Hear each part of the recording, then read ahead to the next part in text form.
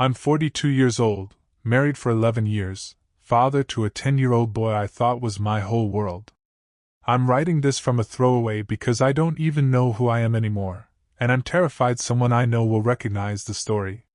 Before everything blew up, my life was painfully normal. Work, mortgage, school drop-offs, weekend soccer games.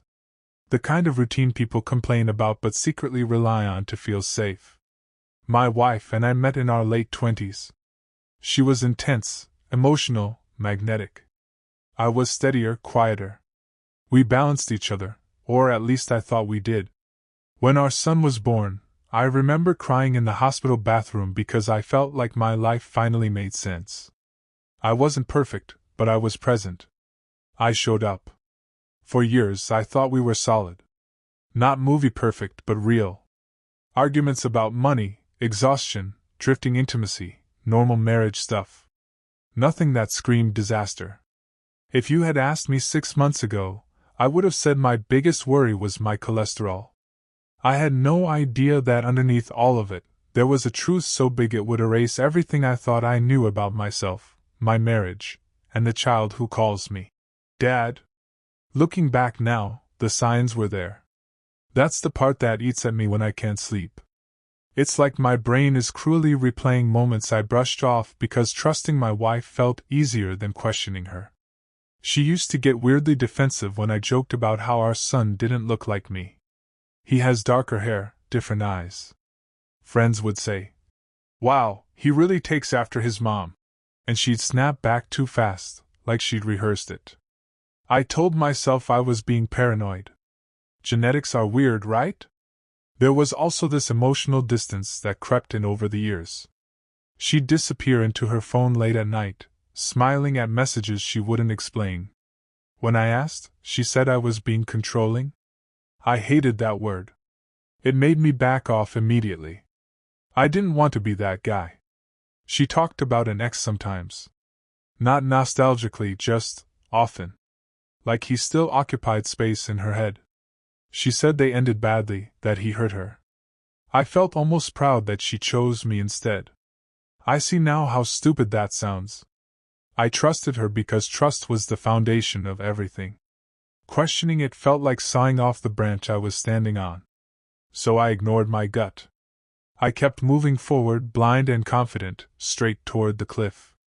The doubt didn't start with anything dramatic. No lipstick on collars, no hotel receipts. It started with a message that popped up on her phone while she was in the shower. I wasn't snooping. I swear that matters to me, even now. The screen lit up on the nightstand. A name I recognized immediately. Her ex. The message itself was innocent enough on the surface. Been thinking about him lately. Hope he's okay. My stomach dropped so hard I felt nauseous. Him. Not her. Him. When she came back into the bedroom, towel around her hair, I asked casually, "Why is he texting you about our son?" She froze. Just for a second. But I saw it. Then she laughed and said I was reading into things. Said he just meant kids in general. Bet he'd always been sentimental. Something shifted in me right then. It was like a tiny crack opened, letting in cold air. I started noticing everything after that. The way she avoided eye contact when I talked about our son's future.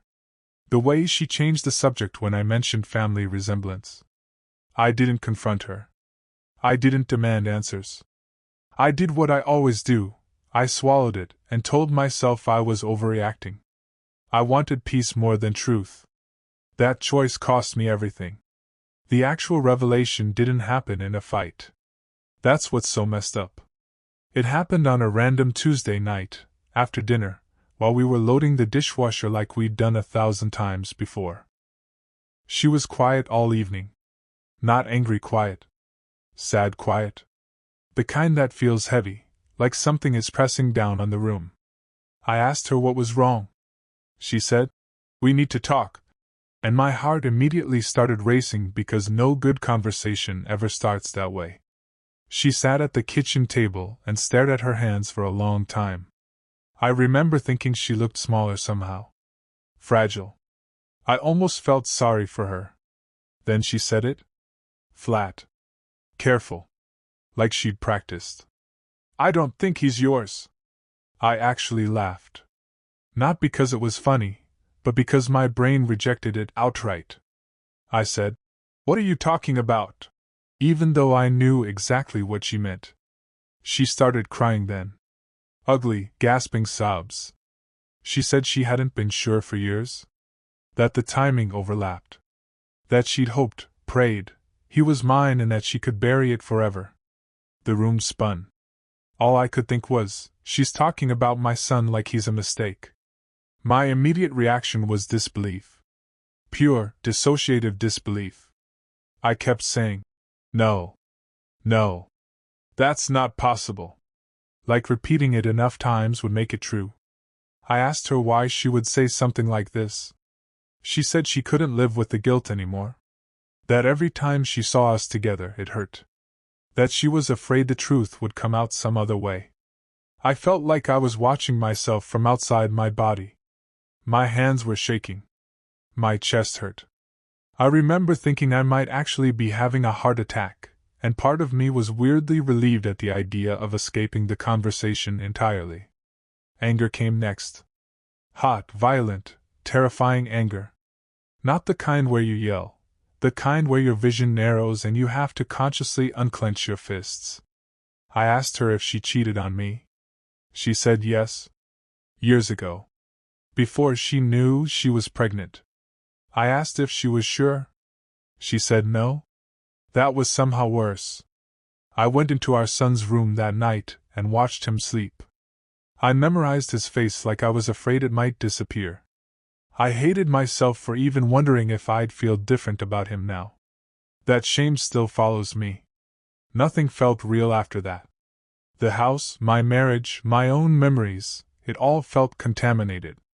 The confrontation stretched on for hours. There was no clean break, no single explosive moment. Just a slow, brutal unraveling. I asked for details I didn't actually want.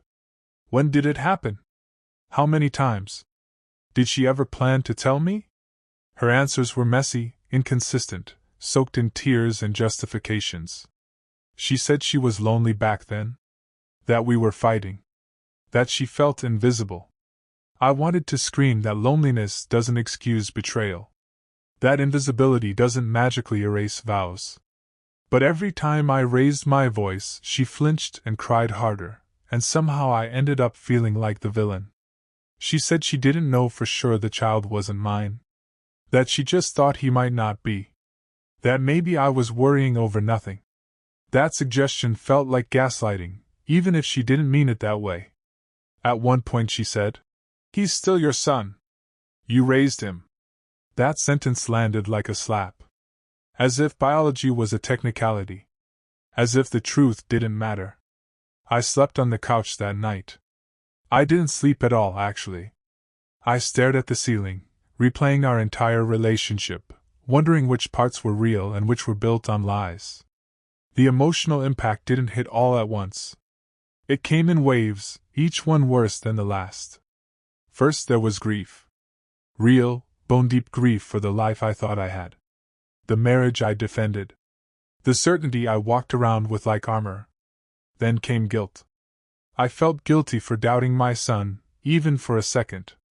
Guilty for feeling angry at him when none of this was his fault. Guilty for thinking about DNA tests and legal rights instead of bedtime stories and school lunches. Fear followed close behind. Fear of losing him. Fear of what would happen if the test confirmed my worst nightmare. Fear of what it would say about me if I stayed or if I left. I couldn't focus at work. I snapped at coworkers. I forgot meetings. I felt like everyone could see the secret written across my face. At home, everything was tense and quiet. We barely spoke. When we did, it turned into circular arguments that ended in exhaustion instead of resolution. I started questioning my own reality. How could I have missed this? Was I naive? Weak? Too eager to believe the version of my life that felt safest? The hardest part was realizing that even if I forgave her, I could never unknow what she'd said. We eventually had to talk about the test. The word itself felt radioactive. Paternity test. Every time it came up, my stomach twisted. She didn't want to do it at first. Said it would destroy everything. I wanted to laugh at that. As if everything wasn't already in ruins. As if uncertainty was somehow kinder than truth. When we told our son we needed a medical test, I felt like the worst person alive. He shrugged and said okay, more interested in his cereal than our strained smiles. That innocence nearly broke me. Waiting for the results was torture. Weeks of limbo where I existed in a constant state of panic. Some days I convinced myself it didn't matter. That love was enough. Other days I felt like a fraud, living a lie. I hated my wife during that time. Not in a dramatic, shouting way. In a quiet, corrosive way. Every shared memory felt tainted. Every smile felt manipulative. At night, I'd imagine both outcomes. If he was mine, could I forgive her? If he wasn't, could I stay? Neither option felt survivable. When the email finally came, I sat in my car for 20 minutes before opening it. I don't remember breathing. I don't remember thinking. I just remember the world going very, very still.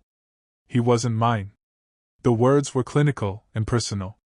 Percentages and probabilities that erased a decade of bedtime routines and scraped knees and whispered, "I love you, Dad." I screamed in the car. A raw, animal sound that scared even me. Then I cried so hard I thought I might throw up. It felt like someone had reached into my chest and ripped something out. When I told my wife, she collapsed. She kept saying she was sorry, over and over, like an apology could stitch reality back together. I didn't comfort her. I couldn't even look at her. The weirdest part was going home and seeing my son watching TV like nothing had changed. Because for him, nothing had. He was still the same kid. Still mine in every way that mattered emotionally, except now there was this invisible wall between us that I didn't ask for. I felt ashamed of the relief I didn't feel. There was no closure. No clarity. Just loss. I couldn't stop thinking about the biological father. Did he know? Did he suspect? Did he ever look at pictures online and feel something twist in his gut like mine was doing now? That night, I realized my marriage was over. Even if we stayed legally together, something essential had died. The consequences started rolling in fast after that. Practical things at first. Lawyers. Custody discussions. Questions I never thought I'd have to answer. I learned that legally, I still had parental rights because I'd been listed on the birth certificate and had raised him. That should have comforted me. Instead, it made everything feel more complicated. Family found out? Not because I wanted them to, but because secrets like this don't stay contained. My parents were supportive but confused. Her parents were defensive, almost hostile, like I was the one threatening to abandon a child. Friends picked sides, sometimes without realizing it. Some told me biology didn't matter. Others said I'd be crazy to stay. Every opinion felt like another weight on my chest. My mental health tanked. I started having panic attacks. I couldn't sleep without alcohol, and even then my dreams were full of half-remembered conversations and what-ifs. At work, I got pulled aside and asked if everything was okay. Apparently I looked unwell. That word stuck with me. Like I was visibly broken. Through all of it, my son remained a constant. He still called me Dad. Still wanted me to tuck him in. Every time, I felt both grateful and terrified. The hardest conversations were the ones with my wife after the initial explosion. The quiet, late-night talks where there was no yelling left, just wreckage. She wanted forgiveness. Or maybe absolution.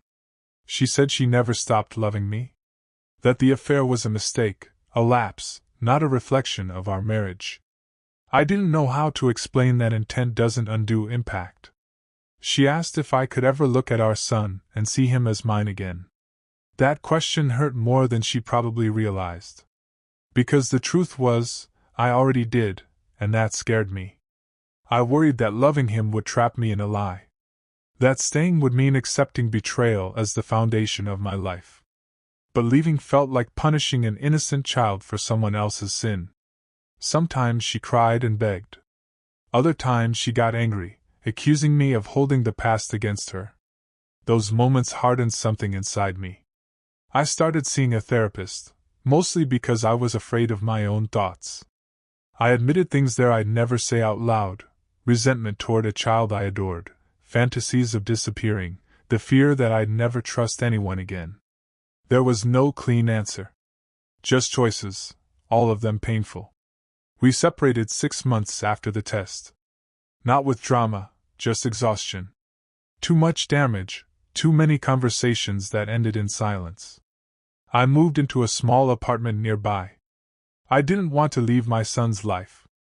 That was the one boundary I refused to compromise on. We worked out an arrangement where I still saw him regularly. Telling him was brutal. We kept it age-appropriate, vague. We said adults sometimes make mistakes and that families can change shape without breaking.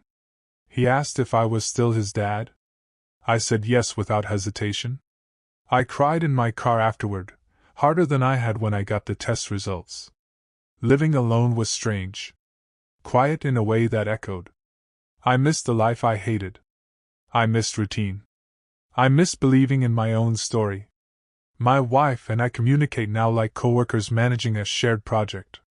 Polite. Careful. Detached. Sometimes I catch glimpses of the woman I loved, and it hurts more than anger ever did. I don't know if I made the right choice. I only know that staying felt like slowly erasing myself. The betrayal changed how I see everything. Love. Trust. Even memory. I'm not the same person who walked into that kitchen years ago. People ask if I hate her. I don't know how to answer that. Hate feels too simple for something this layered. I hate what she did. I hate the lies. I hate the way my reality cracked open without my consent. But I also remember the good years, the shared jokes, the nights we stayed up talking about nothing. I hate myself sometimes, too. For missing the signs. For wanting things to go back to normal even after they couldn't. For resenting a child who did nothing wrong. Dating feels impossible now. The idea of trusting someone with my heart makes my chest tighten. I catch myself looking for betrayal everywhere, even when there's no evidence. Some days I feel strong. Like I survived something catastrophic and came out scarred but standing. Other days I feel hollow, like a placeholder version of myself going through the motions. The biggest fear I carry is that one day my son will look at me differently. That he'll choose biology over history. I try not to let that fear shape how I love him, but it's always there, whispering. Therapy helps. Time helps a little. But there's no real closure. Just learning how to live with a story that doesn't have a neat ending. I used to believe truth set you free. Now I think it just changes the cage. If there's one thing I've learned, it's that betrayal doesn't end when the secret comes out. It echoes. It reshapes everything that comes after. Holidays are different now. Birthdays feel bittersweet. Every milestone comes with a quiet reminder of what was lost along the way. I still show up. To games. To school events. To late-night talks about fears and dreams. I make sure my son knows he's loved, not out of obligation, but because he genuinely is. Sometimes I wonder if staying in his life is selfish. If I'm clinging to the role because it gives me purpose. Then he smiles at me, or reaches for my hand, and the question dissolves. I don't know what the future holds. Maybe one day he'll want to meet his biological father. Maybe he'll resent me. Maybe none of that will happen. What I do know is that pretending this didn't destroy me would be another lie, and I'm done living in those. If you're reading this and ignoring red flags because you're afraid of what you'll find, I get it. I really do. But ignorance doesn't protect you. It just delays the pain. I'm still rebuilding. Still grieving. Still loving, even when it hurts. Writing this feels like ripping open an old wound, but also like finally letting air reach it. I don't regret loving my son. I never will. If anything, this experience taught me that love isn't about blood, even when blood complicates everything.